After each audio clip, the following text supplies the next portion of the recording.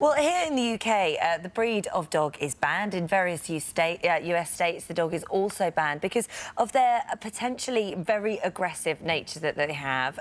They are unpredictable. But you say it's nothing to do with the breed, it's to do with whoever's handling them.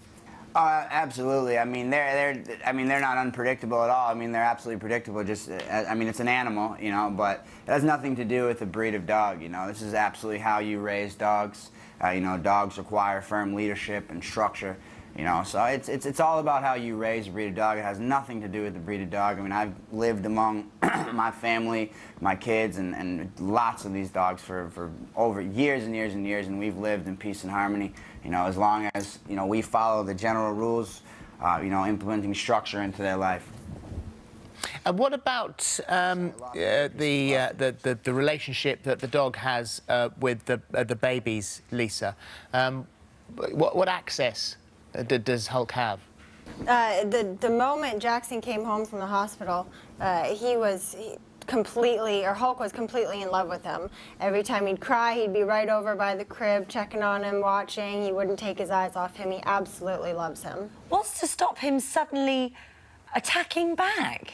I mean, this comes from imprinting. You know, the dogs early on, they go through a lot of stuff, you know, with us in our training, and something that we try to, you know, preach to the world, to imprint the dogs and really to show them everything, to stage them. These dogs are around children, loud noises, you know, different surfaces, all different types of things that they're seeing that prepares them, you know, to be around kids and to be in any situation at any given moment. You know, these dogs have to be the most stable, you know, type of dogs, and you know, that's how we raise them from an early age. Because a lot of people watching would think, obviously, that it was terrifying. Are they left unsupervised? Are you always absolutely there on hand if there was a problem? Yeah, absolutely. I mean, you would never. I mean, you don't leave a 9-month-old baby unsupervised, anyways. You know, but you know, Jordan spends plenty of time with Hulk as well. I mean, they're in the house. I mean, I guess you would say unsupervised. I mean, we have nannies and, you know, people in our house all the time. But you know, through the years that we've been doing this, I mean, I've never had it. My dogs have never even growled at a child. Nothing. Not a murmur. Not a peep. You know, everything has been 100% safe, and that's because of how we raise our dogs. But Marlon, accidents can happen. I mean, we've interviewed people like yourselves on this sofa where the most beloved family pet has turned and something has gone horribly wrong, and it's ended in fatalities. Do you think about that? No, not at all. Not at all. I don't think about those things at all. You know, I mean, I've been around this breed of dog specifically for many years, and you know, as I said, it truly has nothing to do with the breed of dog. You know, things do happen, but any situation that you know has happened in the past, that, you know, attacks or anything that's happened, if I were to see anything leading up to this, I could explain to you and tell you where things go wrong. I mean, as Marlon says, they've never had a problem. The dogs have never growled. There hasn't ever been an issue. It's all down to training. But the statistics are, I'm afraid, against him. You know, there are incidents like this. Over 30 people, 40 people a year are killed in the United States every year, and the majority of those, over 60% of them, are children suffering mortal dog attacks. And in this country, thankfully, a bit better. Although we've just recently seen a horrible attack. You know, it is, Marlon's quite right, it's not about the breed, but the size of this dog. But also, unsupervised access of a dog to lick a child is really a health hazard as well. Marlon, I mean, you've heard those comments there. How would you answer those? The statistics are against you. I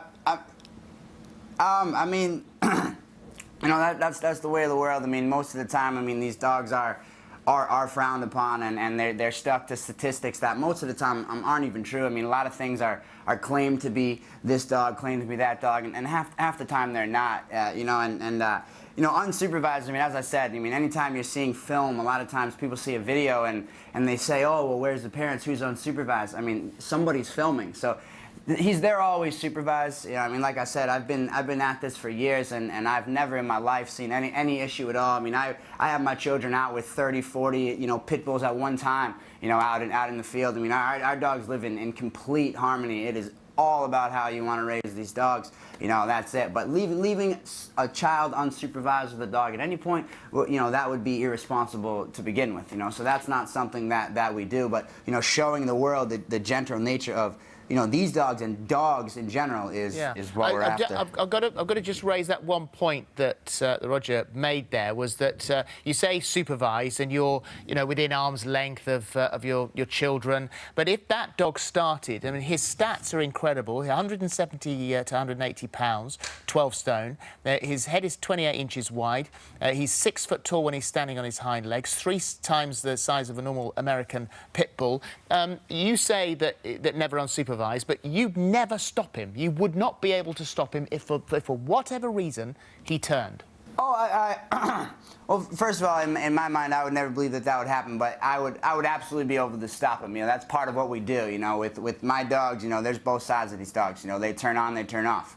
You know, and no dog that is not able to be proven 100% stable is ever trained, you know, by us. But in terms of Hulk, you know, to sit here and say, what if this, what if that? I mean, you know, what if I walk outside and get hit by a car? What if I get in an airplane crash? I mean, you can't, you don't live your life like that, and we don't live our lives like that. This dog would give his life for these children and for my family, absolutely 100%. Thanks for watching. Click here for more This Morning videos.